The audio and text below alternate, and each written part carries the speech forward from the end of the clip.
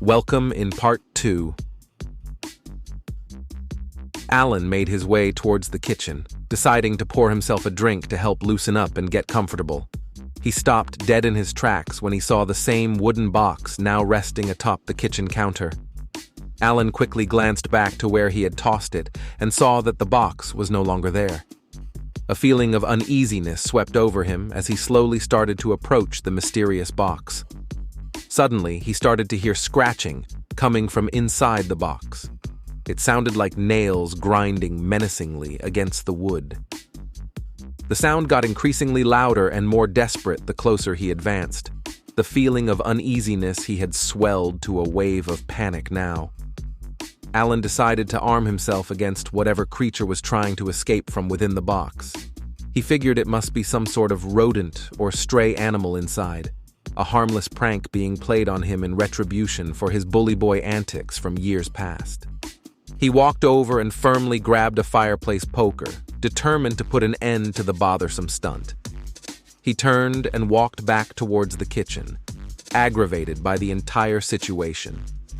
Once again, he stopped dead in his tracks at the sight of the box. This time, the metal latch locking the box had somehow given way to the will of whatever lurked inside.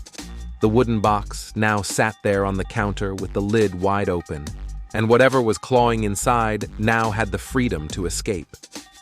The scratching sound intensified, seemingly drowning out all other noises. The air turned frigid around Alan as he stood still, his nerves tensed with anticipation like the strings of a bow. Alan held his breath as the smell of sulfur filled the room and watched in horror as a single hand emerged from the depths of the box. Slowly, a figure-like creature surfaced out of the box. The cracking sound of its limbs contorting sent shivers down Alan's spine as it sluggishly crawled completely out.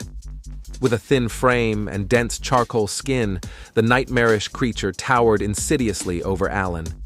Paralyzed with fear, Alan felt his heart pounding directly out of his chest. He wanted nothing more than to look away and run as fast as he could, but his primordial fear gave no quarter.